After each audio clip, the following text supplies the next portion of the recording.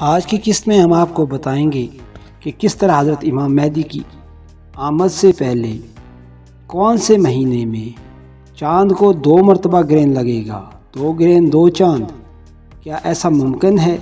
اس پر ہم آج تفصیل سے بات کرتے ہیں۔ بسم اللہ الرحمن الرحیم۔ مراد من کے ویورز السلام علیکم۔ مراد من ٹی وی آپ کے لیے گزشتہ 14 سے 15 اقساط پر مبنی سلسلہ حضرت امام مہدی پیش کرنے کی سعادت حاصل کر رہی ہے۔ اس ضمن میں ہم آج نئی قسط میں حاضر ہیں آپ کے سامنے، جو پچھلی قسط کا نصف حصہ ہے۔ وجہ طوالت اس کا اختصار کیا گیا تھا۔ ڈیئر ویورز، ایک قسم آپ کے سامنے ہم نے علامت کی بیان کر دی، اب ہم دوسری قسم کی طرف چلتے ہیں جو اس کی طرف اشارہ کرتی ہے۔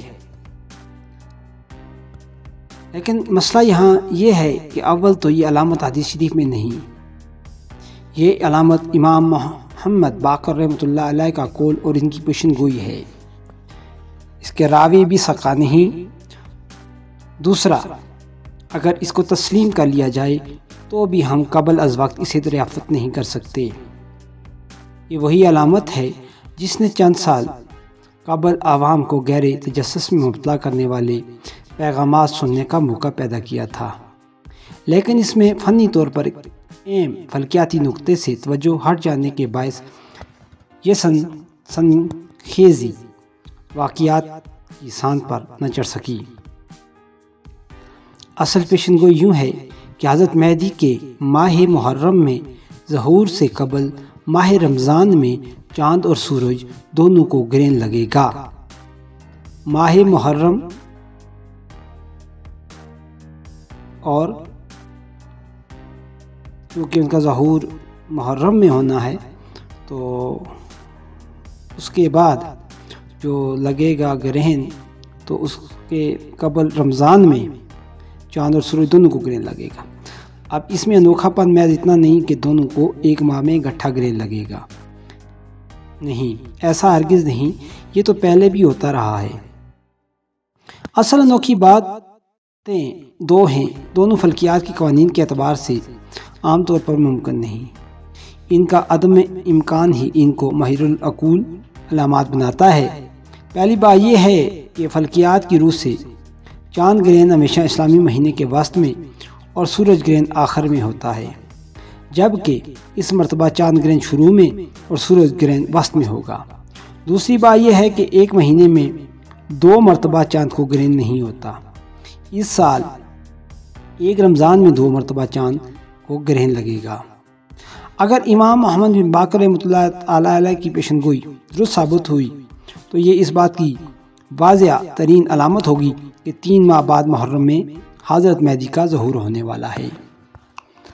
آج کل کسی بھی فلکیاتی ویب سائٹ پر آپ مستقبل میں کسی بھی لمحے چاند سورج کی حرکات اور گرہن کا شیڈیول دیکھ سکتے ہیں، لیکن یہ دونوں انوکھی علامتیں چونکہ ہیں ہی خلاف معمول، اس لیے فلکیات کے ماہرین بھی ان کا وقت بتانے سے قاصر ہیں۔ ان دونوں علامتوں کے وقوع سے پہلے وقت کی تعین ممکن نہیں۔ آج کل موبائل فونز کا دور ہے، تو پچھلے ایک عرصے میں موبائل فونز پر ایک میسج چل رہا تھا جس کا مختصر سا کچھ لبے لباب میں آپ کو بتاتا ہوں کہ قیامت کی آخری نشانی، آسمان پر 2 چاند نظر آئیں گے، اور BBC پر بھی بتایا گیا ہے کہ 27 اگست کو 2 چاند نظر آئیں گے۔ یہی حضرت مہدی کے ظاہر ہونے کا وقت ہے۔ قرآن پاک میں ہے جب قیامت کی آخری نشانی نظر آ جائے تو اس کے بعد توبہ قبول نہیں ہوگی۔ اس پیغام کو جتنا ہو سکے دوسروں تک پہنچائیں۔ یہ ہمارے ہاں آج کل تو اس کے نئی شکلیں، جدید شکلیں آ چکی ہیں،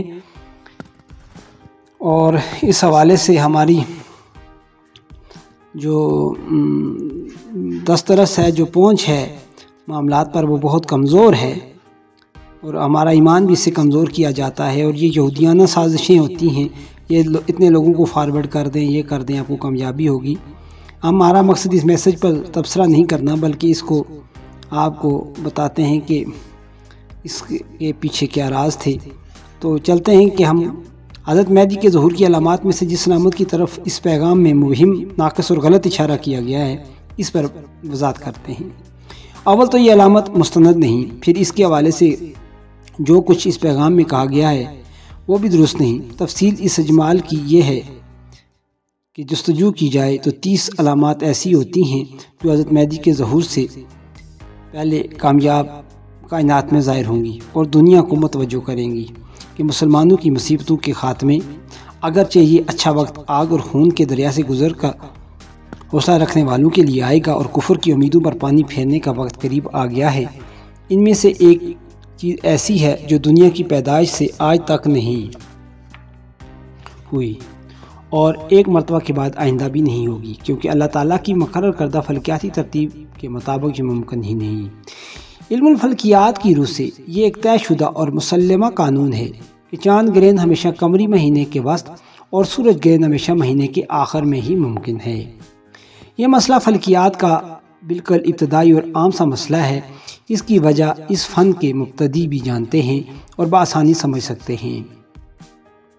दूसरे अल्फाज में चांद ग्रहण हमेशा इस्लामी तारीख के हिसाब से 13, 14, 15 और सूरज ग्रहण हमेशा 27, 28, 29 को होगा। इससे आगे पीछे नहीं हो सकता। अल्लाह पाक ने फल्की निज़ाम ही कुछ ऐसा रखा है।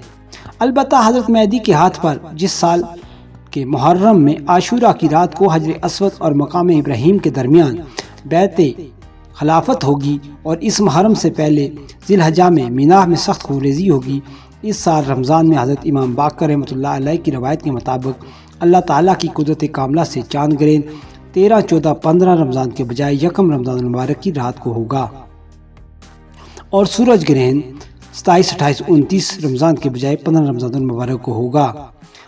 ये दोनों बातें नामुमकिन हैं और न तख्लीक़ कायनात से आज तक हुई हैं, लेकिन कानून से हटकर पेश आने वाली चीज़ की अलामात भी आम कानून से हटकर होती है। 1423 मुताबिक 2002 के रमज़ान में चांद और सूरज ग्रहण दोनों के इकट्ठे ग्रहण होने का वाक़ा पेश आया था, लेकिन इसकी नौइयत यह थी कि दोनों ग्रहण आम कानून के मुताबिक अपने अपने वक्त पर हुए थे, यानी चांद ग्रहण माह रमज़ान के वस्त में और सूरज ग्रहण महीने के आखिर में।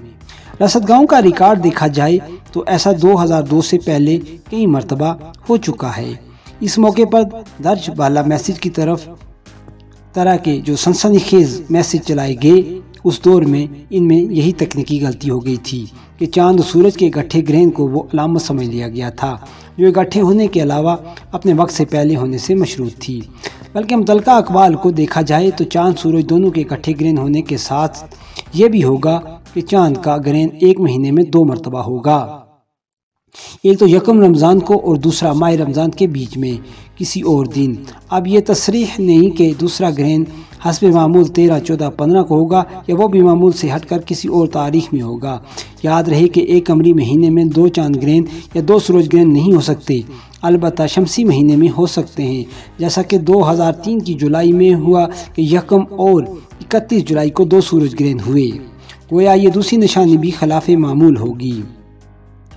आजकल जो हजरात हज के मौके पर हज़रत मेहदी की जस्तजू में होते हैं, इन्हें हज से पहले ऐसे रमज़ान की जस्तजू होती है, लेकिन मुश्किल ये है कि चांद सूरज की आइंदा की 100 साल की सेकंड की हरकत का हिसाब बताने वाले फल्कियाती कवायद और वेबसाइट इस मौके पर इसलिए कोई मदद नहीं कर सकती। ये दोनों ग्रहण खिलाफ मामूल होंगे और फल्कियात का फ़न इनका सुराग पाने से आजिज़ है।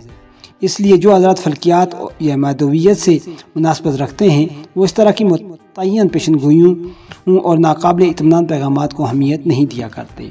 डियर व्यूअर्स, आज की इस किस्त में आपको बताई गई मालूमात यकीनन पसंद आई होंगी। मज़ीद बेहतरीन मालूमात और बेहतरीन इस इल्म पर अपनी दस्तरस को कायम रखने के लिए अगर आप चैनल पर नए हैं तो इसको सब्सक्राइब कर लें, बेल आइकन को ऑल पे लगा दें और वीडियो पसंद आए तो लाइक करना ना भूलिएगा। अपनी आरा को कमेंट सेक्शन में ज़रूर जगह दीजिएगा। मुझे दीजिए इजाज़त। अल्लाह हाफिज़।